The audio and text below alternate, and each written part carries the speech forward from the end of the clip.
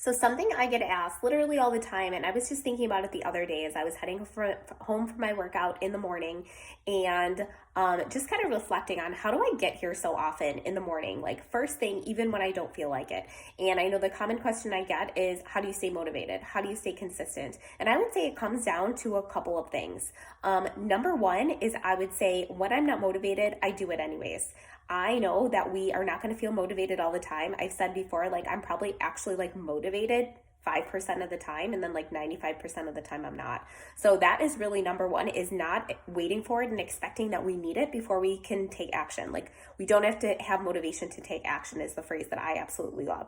But saying that, I do think it's super important to identify before you go seek out to accomplish any goal, or if you're already working on one, stop and do it now if you haven't already.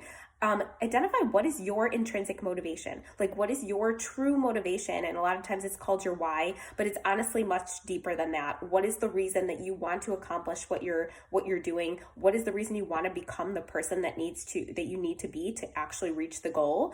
And it has to be one that resonates with you to the point where if you say it out loud, it creates like an inspiring action driving emotion. Otherwise, it's going to be very, very hard to sustain that energy and those activities and those habits you have to build long term to actually reach the goal. The example I always love to give is a lot of people will come to me and say they have a health or weight loss goal.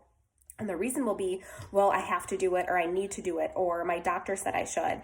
And I always say to them, like, that is going to be a really tough reason to keep you going when like all the reasons come up that could tempting to make you stop. Like, you really need something that's going to be, or that's going to resonate more with you. And when I hear them say it and see them say it, I can tell right there that it's not driving them. And most of the time it's people who are coming to me because they're not being consistent. And I think that is a key piece of it. For me, my reason that gets me out of bed in the morning, gets me to do all the things I don't always want to do, is because I want to look and feel my best every day. I want to do more things that leave me with that result versus the alternative. The second piece is kind of what I already mentioned, is building that skill of commitment to yourself and honoring your promises to yourself, that it can be more powerful than being motivated. And the way that we do that is by repetition. Commitment really comes from like deciding you're going to do something and going all in, deciding that you are 100% in no matter what. You're going to go after it as long as it takes you, as inconvenient as it's going to be, and try as many things as you're going to have to. So that is really, really key, is building that skill of relying on that commitment, that dedication, that honoring your promises to yourself.